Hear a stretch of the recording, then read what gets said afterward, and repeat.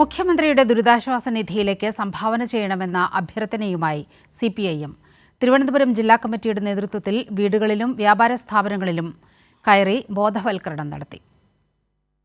വയനാട് ദുരന്തത്തിന്റെ പശ്ചാത്തലത്തിൽ മുഖ്യമന്ത്രിയുടെ ദുരിതാശ്വാസ നിധിയിലേക്ക് പണം സംഭാവന ചെയ്യരുതെന്നും ദുരിതാശ്വാസ നിധി സുതാര്യമല്ലെന്നുള്ള വ്യാജപ്രചരണം നടക്കുന്ന സാഹചര്യത്തിലാണ് CPIMന്റെ നേതൃത്വത്തിൽ ജനങ്ങൾക്കിടയിൽ ബോധവൽക്കരണ പരിപാടി ആരംഭിച്ചത്. CPIM തിരുവനന്തപുരം ജില്ലാ കമ്മിറ്റിയുടെ നേതൃത്വത്തിൽ ജില്ലയുടെ പല ഭാഗങ്ങളിലും ബോധവൽക്കരണ പരിപാടികൾ സംഘടിപ്പിച്ചു. കഴക്കൂട്ടത്ത് നടന്ന ബോധവൽക്കരണ ക്യാമ്പയിനിൽ CPIM തിരുവനന്തപുരം ജില്ലാ സെക്രട്ടറി V. ജോയി MLA പങ്കെടുത്തു.